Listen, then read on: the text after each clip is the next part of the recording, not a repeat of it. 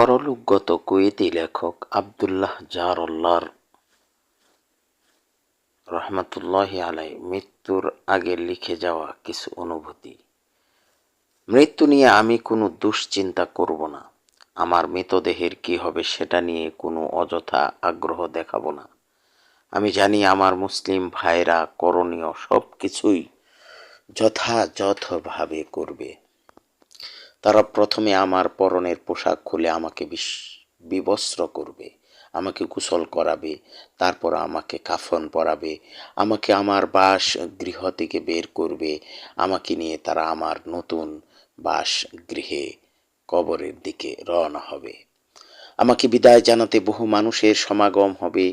অনেক মানুষ আমাকে দাফন দেবার জন্য তাদের প্রাত্যহিক কাজকর্ম কিংবা সভার সময়সূচি বাতিল করবে। কিন্তু দুঃখজনকভাবে অধিকাংশ মানুষের পরের দিনগুলোতে আমার এই উপদেশগুলো নিয়ে গভীরভাবে চিন্তা করবে না। আমার ব্যক্তিগত জিনিসের উপর আমি অধিকার হারাবো। আমার চাবির গোছাগুলো, আমার বইপত্র, আমার ব্যাগ, আমার জুতোগুলো। হয়তো আমার পরিবারের লোকেরা আমাকে উপকৃত করার জন্য আমার ব্যবহারের জিনিসপত্র দান করে দেবার বিষয়ে একমত হবে। এ বিষয়ে নিশ্চিত থেকো যে এই দুনিয়া তোমার জন্য দুঃখিত হবে না, অপেক্ষাও করবে না। এই দুনিয়ার ছুটে চলা এক মুহূর্তের জন্য থেমে যাবে না।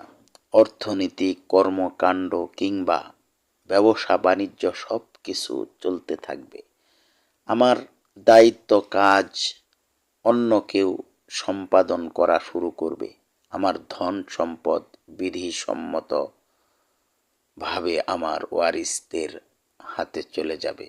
অথচ এর মাঝে এই সম্পদের জন্য আমার হিসাব নিকাশ আরম্ভ হয়ে যাবে। ছোট এবং বড় অনুপরিমাণ এবং কিয়দংশ পরিমাণ সব কিছুর হিসাব আমার মৃত্যুর পর সর্বপ্রথম যা হারাতে হবে তা আমার নাম। কেননা যখন আমি মৃত্যুবরণ করব, তারা আমাকে উদ্দেশ্য করে বলবে, কোথায় লাশ? কেউ আমাকে আমার নাম ধরে সম্বোধন করবে না। যখন তারা আমার জন্য জানাজার নামাজ আদায় করবে, বলবে, জানাজা নিয়ে আসো। তারা আমাকে নাম ধরে সম্বোধন করবে না।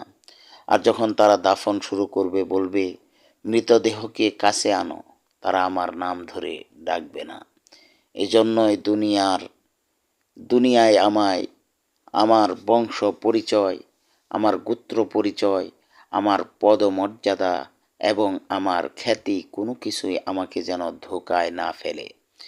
এই দুনিয়ার জীবন কতই না তুচ্ছ, আর যা কিছু সামনে আছে তা কতই না গুরুতর বিষয়।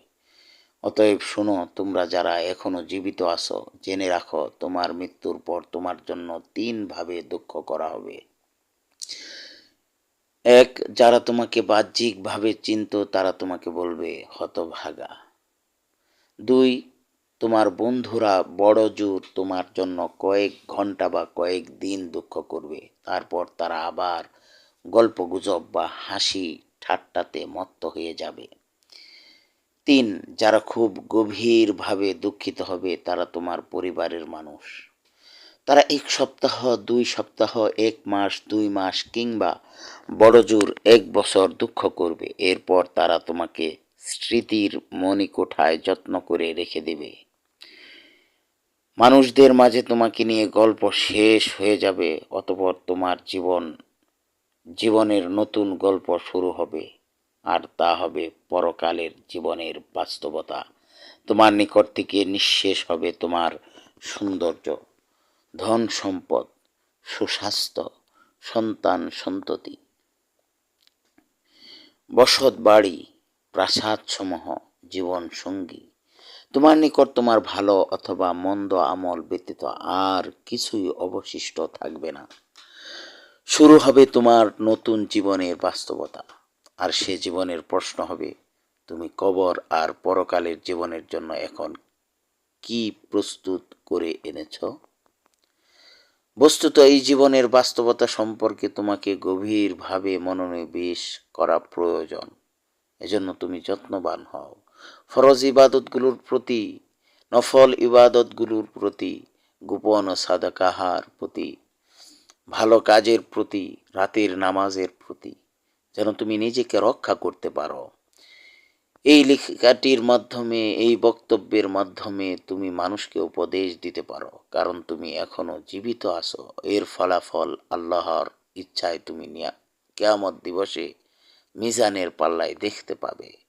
আল্লাহ বলেন, ফাযাক্কির ফাইন্না যিকরা তানফাউল মুমিনিন, আর স্মরণ করিয়ে দাও, নিশ্চয় এই স্মরণ মুমিনদের জন্য উপকারী। তুমি কি জানো কেন মৃত ব্যক্তিরা সদকা বা দান প্রদানের আকাঙ্ক্ষা করবে? যদি আর একবার দুনিয়ার জীবনে ফিরতে পারত। আল্লাহ বলেন, হে আমার রব, আল্লাহ বলেন, রব্বি লাউলা আখারতানি ইলা আজালিন করিব, হে আমার রব, যদি তুমি আমাকে আর একটু সুযোগ দিতে দুনিয়ার জীবনে ফিরে যাবার, তাহলে আমি অবশ্যই সাদাকা প্রদান করতাম, দান করতাম। তারা বলবে না, তারা বলবে না, উমরা পালন করতাম, অথবা সালাত আদায় করতাম, অথবা রোজা রাখতাম। আলেমগণ বলেন, মৃত ব্যক্তিরা সাদাকার কথা বলবে, কারণ তারা সাদাকা প্রদানের ফলাফল তাদের মৃত্যুর পর দেখতে পাবে। আর গুরুত্ববহ এই সাদাকার কাজটি তুমি এই কাজগুলো সরিয়ে দিয়ে মাত্র 10 সেকেন্ড সময় ব্যয় করে করতে পারো, যদি তোমার উদ্দেশ্য হয় এর মাধ্যমে মানুষকে উপদেশ প্রদান করা। কারণ উত্তম কথা হলো এক ধরনের সাদাকা।